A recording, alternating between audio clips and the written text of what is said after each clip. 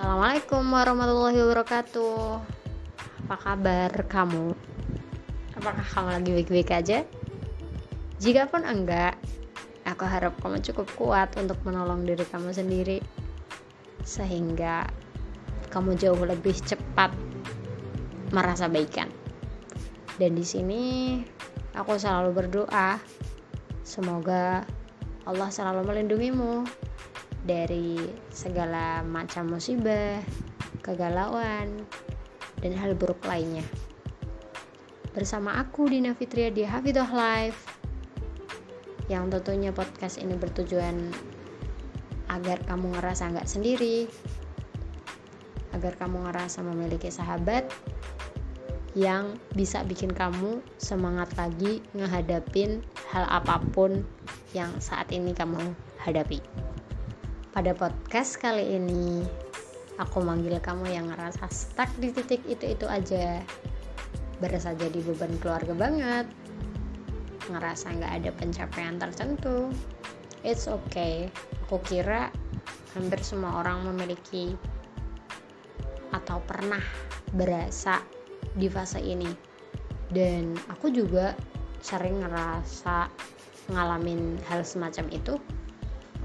Tetapi selayaknya manusia, kita harus tetap bergerak meski terlalu lamban seperti siput, karena pastinya membosankan banget ya berasa di titik itu aja. Makanya kita harus gerak, lari lagi meskipun ya dikit banget pergerakannya.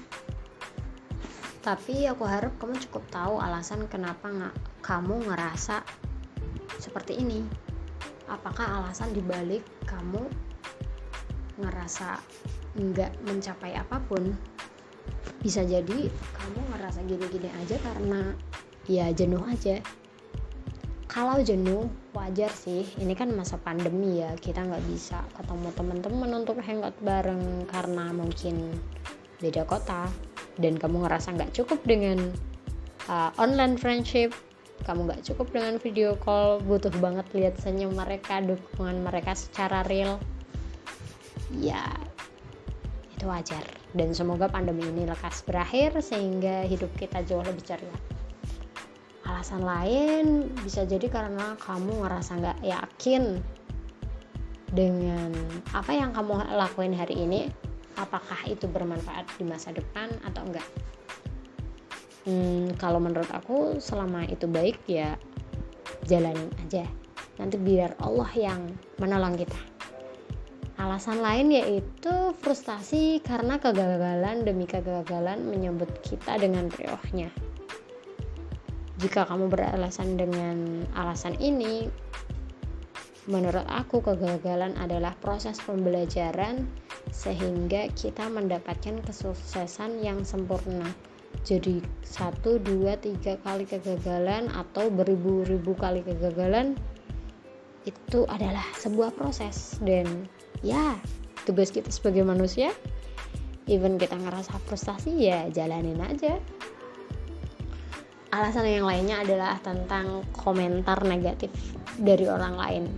Aku harap kamu gak sampai berada di kegelapan karena omongan orang, karena sungguh orang ngejudge kamu tentunya dari apa yang tampak, sedangkan kamu cukup tahu bagaimana kualitasmu, kapasitasmu, kemampuanmu, kelebihanmu. Jadi ngapain dengerin apa kata orang lain? Dengerin aja kata orang-orang yang tentunya tahu siapa kamu, seperti keluarga, guru, sahabat terdekat. Kalau orang lain yang serandom netizen medsos atau tetangga, ya abaikan sajalah. Selanjutnya alasannya mungkin kamu gak cukup mencintai diri sendiri. Bisa jadi kan kamu ngerasa di titik itu aja karena kamu gak bersyukur. Kamu lalai bahwa mungkin sebenarnya kamu keren, tapi kamu gak sadar. Kamu malah membandingkan pencapaian kamu dengan pencapaian orang lain, dan kemudian ngerasa nothing. Itu nggak baik juga, karena setiap orang kan memiliki tracknya sendiri, memiliki challenge-nya sendiri, dan jelas itu beda. Kamu bisa jadi nggak bisa ngejalanin apa yang orang lain bisa, dan orang lain juga mungkin nggak bisa ngelakuin apa yang kamu bisa. Jadi ya hidup itu sawang sinawang, nggak bisa disamain satu sama lain. So, jadi dari beberapa contoh alasan ini, apakah kalian udah nentuin alasan mengapa ngerasa berasa di titik itu aja? Kalau kamu udah tahu alasannya, ini bakal ngebantu lebih mudah untuk keluar dari kegelapan ini.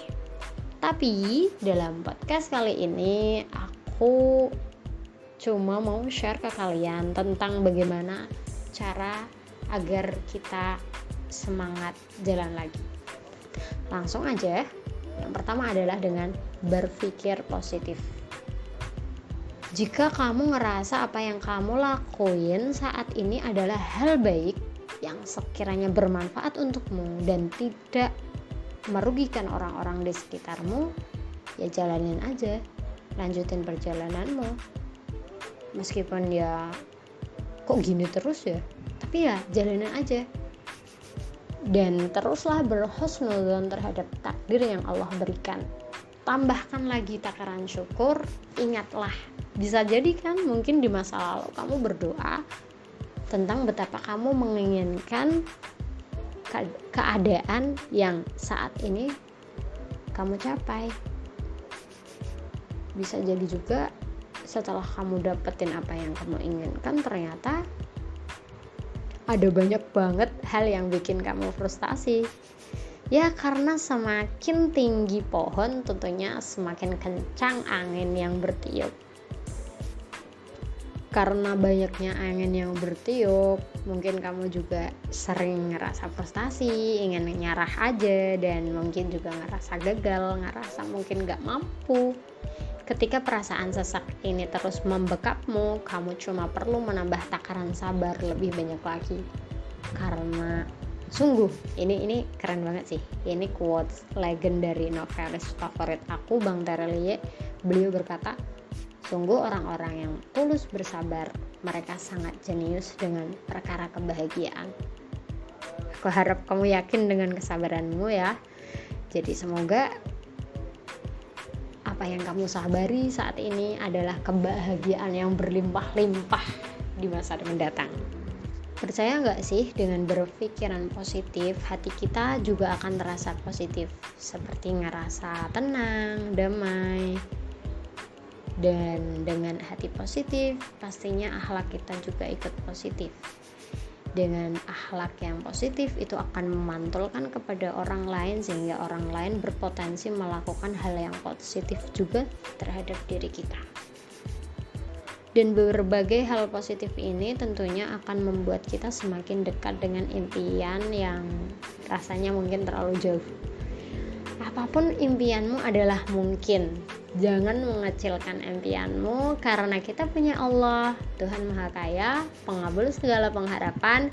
Dan ini relate banget dengan tips selanjutnya, yaitu yang kedua, upgrade impianmu. Untuk hidup terasa lebih seru, perbesarlah impianmu. Jangan sampai berhenti di titik satu final saja. Ya tujuannya tentunya agar kamu ngerasa selalu tertantang, biar seru aja tiap hari hidupnya. Misal kamu pengen jadi penghafal Al-Quran, udah selesai nih jadi hafizah, misal upgrade lagi impian kamu, bisa jadi kamu mengupgrade menjadi qiraah sab'ah, asyroh, bisa jadi kamu tambahin dengan ilmu tafsir, fiqh, sejarah, atau ilmu alat lainnya. Jangan pernah cukup dengan satu ilmu, karena tentunya ilmu tidak harus didapat melalui perguruan tinggi. Misal kamu gak ada waktu, kamu juga bisa kayak ngehadirin majelis taklim yang diadain di pengajian-pengajian masjid, musola, atau dimanapun itu. Kamu juga bisa belajar melalui media sosial, kamu juga bisa belajar melalui seminar-seminar, kursus, atau bahkan kamu juga bisa belajar seasyik menyerap ilmu orang lain pas lagi mereka lagi cerita.